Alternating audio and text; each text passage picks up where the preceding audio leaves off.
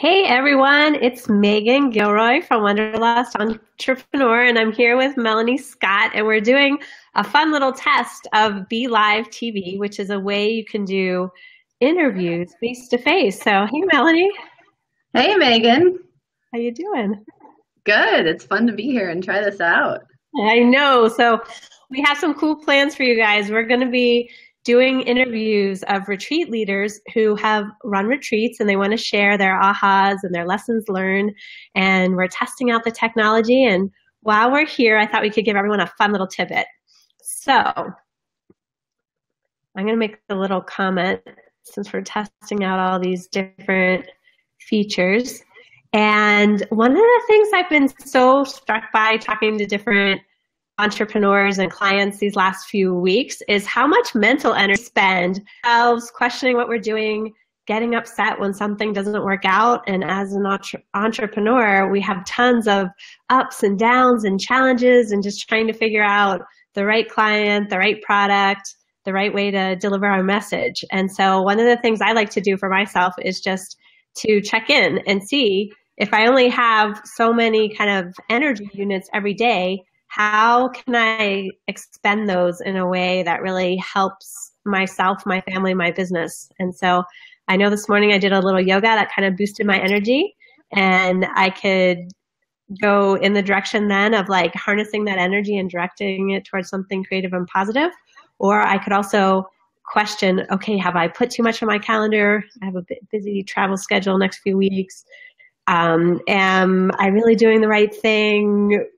Like all those just like little insidious messages that we sometimes send ourselves. And so if you catch yourself talking that way, I like to just like take a minute to pause and check in and see how that feels in my body, and then make a choice. Like, do I want to keep listening to that chatter in my head, or do I want to do something that's going to give me more energy, like listening to music or taking a little walk or taking a deep breath? And then I go back to making the choice as much as I can to be in that positive place. So I'm curious, Melanie, if you have any suggestions that help for you. Ooh, I love this topic. And this is actually something I was just thinking about this morning, right before we got on the broadcast. Because there's so many things that I want to accomplish and so many things I want to do in a day, and there's just not enough time or energy to do all of them. So I really always take a moment to check inside, really connect with my body through breath and through just touching my heart and my belly. Right hand on my heart, left hand on my belly, breathing in and saying, what do I need today? What like one, two, or maybe even three things do I need to accomplish today so that when I go to sleep tonight, put my head on my soft pillow, I can feel a sense of fulfillment and accomplishment, but not feel a sense of overwhelm. So I try to look at it as how can I set myself up to win as opposed to feeling overwhelmed. So I try to do that every day, and usually looking at my planner will help me because I can see all the different things I have on tap, and I can kind of highlight the must-dos for the day, and that takes the craziness out of all of it. That's an awesome suggestion. I love it. Awesome. Well, I'd love for, hey, Stephanie. Hey! We're testing out Be Live TV, and we thought we'd give a few fun tips while we're here. So I'm curious, what do you do when that self-doubt voice appears? And if anyone has a good comment or suggestion, you're welcome to throw it in the chat box, and we'll be checking out the comments throughout the day and replying. So I just appreciate, hey, Mary's on too. Hey, Mary, we're doing a little test of Be Live TV, and we just thought we'd throw out some great tips while we're at it. You know, I'm just so struck recently. Like, I'm so grateful for my spiritual training because it really helped me get clear on when I'm in that place of doubt or fear or worry or frustration or confusion and what to do about it. And I just see how much that helps me in my business, because in our business, most of us have such a big to-do list, and there's so much we want to accomplish, and we want to make a big impact and make a big income. But if we're using up a lot of our creative energy and our mental energy in that place of worry and doubt and fear, then we don't have as much energy to really put in the direction of doing something creative or creating our next program, or, you know, really showing up and being present for the next client appears. And so I always love giving out tips on how you can really, first of all, catch when you're doing that to yourself.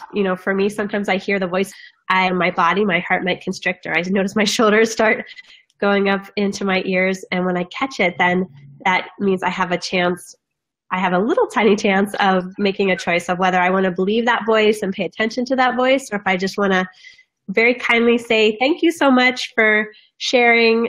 I appreciate your opinion, but here's how I want to focus my energy and my attention.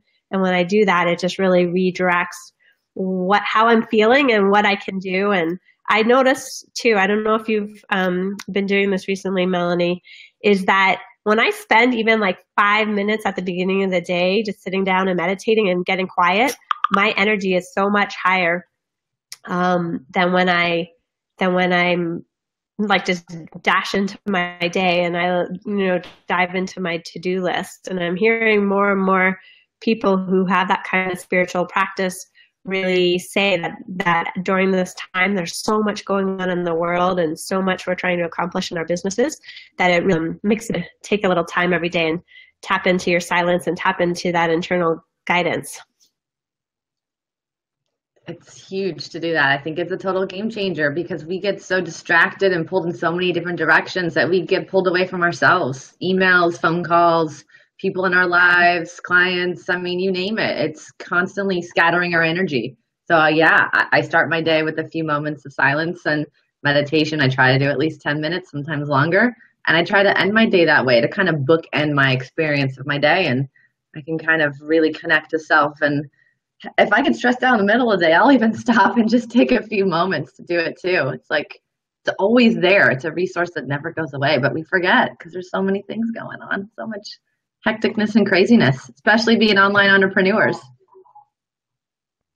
Yeah, I was just talking to this executive coach the other day, and he was saying right now he's doing a practice where he meditates for 2 hours a day, which that's like a huge commitment, 2 hours a day.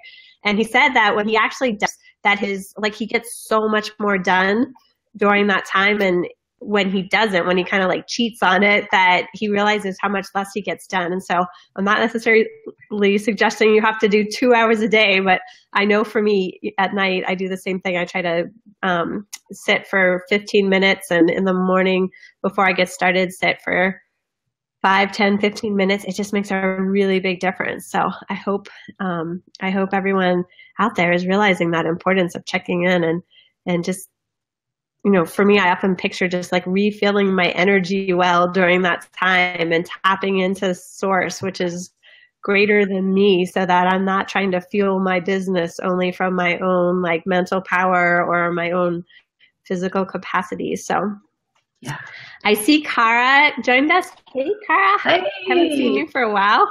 Glad you're here. And Mary's saying that would be gold to catch the energy slide and redirect the energy. I mean, honestly, when we work with our mastermind group, I'm always amazed at like how much of our teachings has to do with how you deal with that kind of mental mindset piece, and then how much of it is actually on like more business strategies, technologies, all that stuff. And in some ways, I feel like 80% of it is if you have a great mindset and you're really clear on what you're doing, and 20% of it is just understanding how to put your business together, nitty-gritty, step by step. So the more you really take that time to develop yourself and develop techniques that work for you and really have that self-practice, I think the more successful you can be in your business.